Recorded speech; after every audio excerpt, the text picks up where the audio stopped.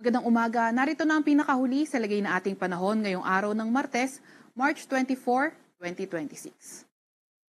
Kahapon nga ay nagdeklara na ang ating ahensya ng end of amihan season. Kasabay nga rin nito yung simula ng warm and dry season. Gayunpaman, yung area sa Hilagang Luzon, posible pa rin makaranas ng northeasterly wind at kahit tayo ay nasa dry season na, ay posible pa rin yung mga bagyo na pumasok or mabuo sa ating Philippine Area of Responsibility. Kaya patuloy pa rin tayo mag-antabay sa mga ilalabas na update ng pag-asa.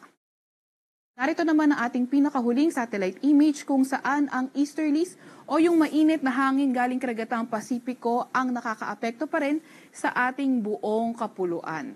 Wala rin naman tayong namumonitor na low pressure area or bagyo sa loob or malapit sa ating Philippine Area of Responsibility.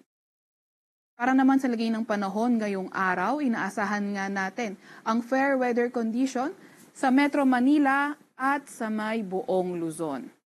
At gayon pa man, kahit fair weather, posible pa rin yung mga tsansa ng mga localized thunderstorms lalo na tuwing hapon at gabi. Yung mga kasamahan natin sa Regional Services Division patuloy na maglalabas ng mga thunderstorm advisory kung kinakailangan. Nakikita nga natin na by tomorrow, posibleng maging maulan sa lugar ng Albay at Sorsogon at pagdating naman ng Thursday ay posible ng fair weather condition ulit sa buong lugar ng Luzon naman. Agwat ng temperatura ngayong araw sa Metro Manila ay 20 to 32 degrees Celsius.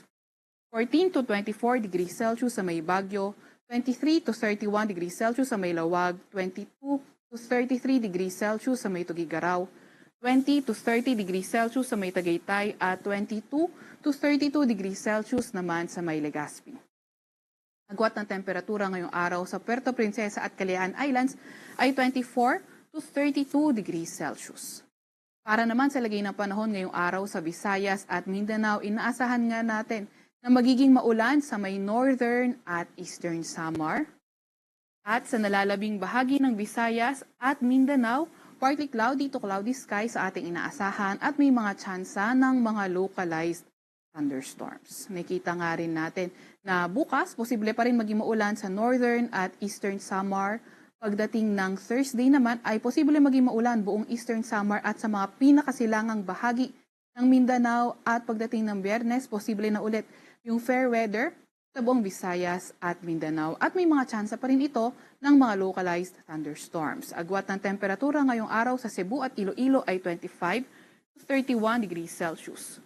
24 to 31 degrees Celsius naman sa may Tacloban, 24 to 34 degrees Celsius sa may Zamboanga at Davao at 25 to 32 degrees Celsius naman sa may Cagayan de Oro.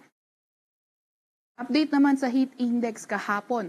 Ang pinakamataas na naitalang heat index around Metro Manila ay 34 degrees Celsius at sa buong bansa naman ay 40 degrees Celsius sa may Dagupan City sa may Pangasinan.